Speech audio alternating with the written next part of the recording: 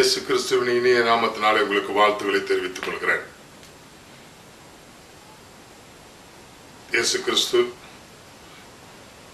நேற்றும் இன்றும் மாறாத தேவனாயிருக்கிறார். இந்த நல்ல தேவனை நாம் ஆராதிப்பதினாலே இந்த நல்ல தேவனிடத்திலிருந்து ஆசீர்வாதங்களை நாம் பெற்றுக்கொள்ள கூடியவர்களாயிருக்கிறோம்.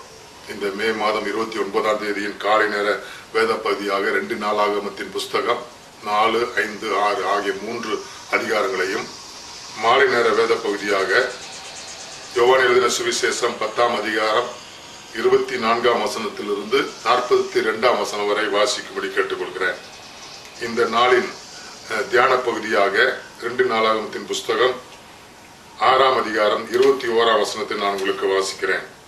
உமது அடியேனும் இந்த ஸ்தலத்தில் விண்ணப்பம் செய்ய போகிற உமது ஜனமாகிய இஸ்ரவேலும் பண்ணும் ஜெபங்களை கேட்டருளும். பரலோகமாகிய உம்முடைய வாசஸ்தலத்துல நீர் அதை கேட்பீராக, கேட்டு மன்னிப்பீராக. இங்கே சாலமோன் ராஜா தேவனுக்கென்று ஒரு மகா பெரிய தேவாலயத்தை கட்டி அங்கே பிரதிஷ்டை பண்ணுகிறான். அங்கே பிரதிஷ்டை பண்ணுகிற நேரத்தில் அவன் ஒரு ஜெபத்தை ஏறெடுக்கிறான். ஆயிரமான ஆடு மாடுகளையும் பலியாக செலுத்தி விட்டு ஒரு பெரிய நீண்ட ஜெபத்தை இந்த 6ஆம் அதிகாரத்துல அவன் ஏறெடுக்கிறான். முழு அதிகாரத்தை வாசித்து பாருங்கள். இந்த நாளின் வேத பகுதியாக அது இருக்கிறது. இந்த 6ஆம் அதிகாரத்துல நீண்ட ஜெபத்தை அவன் பண்ணி தனக்காகவும் தன்னுடைய ராஜ்யத்துக்காகவும் தன்னுடைய ராஜ்யத்தின் ஜனங்களுக்காகவும் அவன் வேண்டுதல் பண்ணுகிறான். அவன் பண்ணுகிற வேண்டுதல்ல முக்கியமான ஒன்று, என்னுடைய ஜெபத்தை மட்டும் கேட்க வேண்டும் அல்ல, சகல ஜனங்களாகிய இஸ்ரவேலின் ஜனமாகிய இஸ்ரவேல் பண்ணும் ஜெபங்களை கேட்டு நீர் அதற்கு பதிலளிக்க வேண்டும். கேட்டருளும் மன்னியும் என்று அவன் சொல்லுகிறான். அந்த அவர்கள் பண்ணுகிற விண்ணப்பத்தின் சத்தத்தை கேட்டு நீங்க மன்னிக்க வேண்டும் என்று அவன் சொல்லுகிறான்.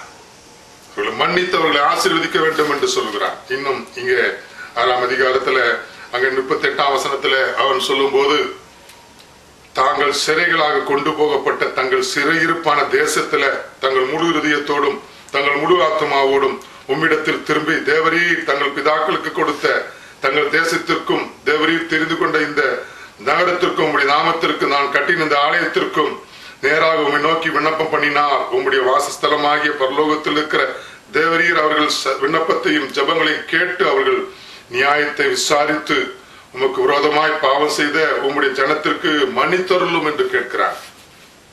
பாருங்க, தேவனுடைய சமூகம் என்பது மன்னிக்கிற இடம். தாவீது தேவனுக்காக ஒரு ஆலயத்தை கட்ட வேண்டும் என்று விரும்பினான். அவன் கட்ட வேண்டும் என்று விரும்பினதை தேவன் சாலமோனை கொண்டு நிறைவேற்றுவேன் என்று சொன்னதை நிறைவேற்றினார். நிறைவேற்றி சாலமோன் தேவனுக்கு பிரியமாய் ஜீவித்தபடினால சாலமோன் தேவனுடைய ஜனங்களாகிய இஸ்ரவேலை ஞானமாய் நியாயந்திருக்க வேண்டும் என்று அவன் விரும்பினபடினால இந்த இஸ்ரவேல் ஜனங்கள் செழித்திருக்க வேண்டும் என்று அவன் விரும்புகிறான். இஸ்ரவேல் ஜனங்கள் பாவம் செய்யும் போது தேவன் மன்னிக்க வேண்டும் என்று கேட்கிறார். இந்த உலகத்தில் வாழ்கிற மனிதர்கள் மன்னிக்கிறது இல்லை. ஒருவருக்கொருவர் உற்றார் உறவினர் கூட பாவங்களை மன்னிக்கிறது இல்லை, தவறுகளை மன்னிக்கிறது இல்லை. ஆனால் இங்கே சாலமோன் தனக்காக மட்டுமல்ல, தன்னுடைய ஜனங்கள் கேட்கும் விண்ணப்பத்திற்கு என் தேவன் மன்னிக்க வேண்டும், என் தேவன் மன்னிக்கிறவர் என்பதை அறிந்திருந்தபடினாலே என் தேவனே மன்னித்து அவர்களுடைய சிறையிருப்பை மாற்றும், அவருடைய பிரச்சனைகளை மாற்றும், அவர்களுடைய தேவைகளை சந்தியும் என்று அவன் சொல்கிறான். எவ்வளவு நல்ல ஒரு ராஜா பார்த்தீங்களா! இப்படிப்பட்ட ஒரு ராஜா அங்கே இருக்கிறபடினாலே அந்த ஜனம் ஆசீர்வதிக்கப்பட்டார்கள், அவர்கள் செழிப்பாய் இருந்தார்கள் என்று வேதவசனம் சொல்லுகிறது. இந்த இயேசு கிறிஸ்துவை என் வார்த்தையின்படி நடக்கிற ஒவ்வொருவரையும் தேவன் மன்னிக்கிறவராயிருக்கிறார். அவன் கட்டின பிரமாண்டமான தேவாலயம் தேவன் தங்கும் வாசஸ்தலமாய் அவர் மாற்றினார். அது பெரியதோ சிறியதோ என்பது அர்த்தம் அல்ல. நாம் ஆராதிக்கிற இடத்துல தேவன் பிரசன்னமாய் இருக்கிறாரா? தேவன் பிரசன்னமாகி தேவன் நம்முடைய வேண்டுதலை கேட்கிறாரா? நம்முடைய வேண்டுதலை கேட்டு நம்மை மன்னித்து நம்மை ஏற்றுக்கொள்கிறாரா என்பதுதான் முக்கியம். என் அன்பான தேவ பிள்ளைகளை, நீங்கள் ஆராதிக்கிற ஆராதனையில தேவனுடைய பிரசன்னத்தை காண முடிகிறதா? மன்னிக்கிற தேவனை நீங்க காண முடிகிறதா? மன்னிக்கிற தேவன் உங்களோடு கூட தொடர்பு கொள்கிறாரா? அப்படிப்பட்ட இடங்களுக்கு நீங்க சென்று தேவனுடைய ஆசீர்வாதத்தை பெற்றுக்கொள்ளுங்க. அப்படிப்பட்ட இடத்துல தேவ சமூகம் இறங்குகிற இடத்துல அவன் ஆண்டவரே முது மகிமையோடு வந்து இறங்கும் என்று சொல்லுகிறான்.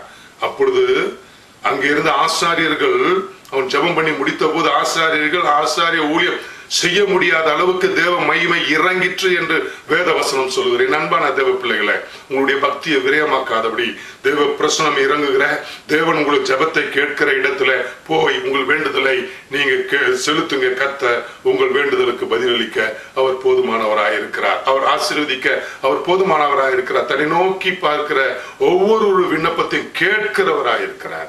கேட்டு அதற்கு பதிலளிக்கிறவராய் மறுவுத்தரவு அருள் செய்கிறவராயிருக்கிறார். பதிலளித்து உங்களை ஆசீர்வதிக்கிற தேவராய் இருக்கிறார். உங்களுக்கு மறைவானதை வெளிப்படுத்துகிற தேவனாய் இருக்கிறார். அப்படிப்பட்ட இடத்துல நீங்க ஆராதிங்க, அவரை துதிங்க, அவரை போற்றுங்க, ஊழியக்காரருடைய வார்த்தைகளுக்கு செவி கொடுங்க. கர்த்தர் உங்களை ஆசீர்வதித்து கனப்படுத்தி மேன்மைப்படுத்துவார். உங்களுக்கு ஜெபிக்கிறேன். எங்கள் நல்ல பிதாவே, இந்த நல்ல நாளுக்காக ஸ்தோத்திரம். ஆண்டவரே, உமது சமூகத்துல வந்து வேண்டுதல் பண்ணுகிற ஒவ்வொரு பிள்ளைகளுடைய ஜெபத்தையும் கேட்பீராக.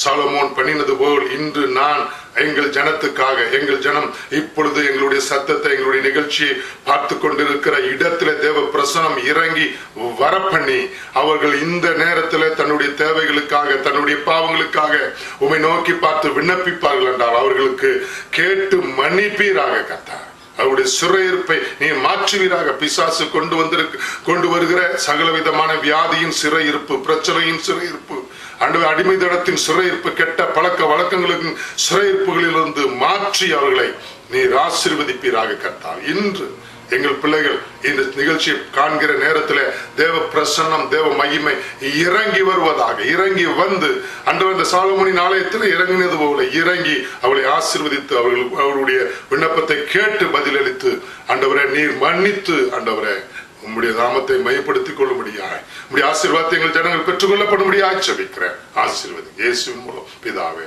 ஆமென்.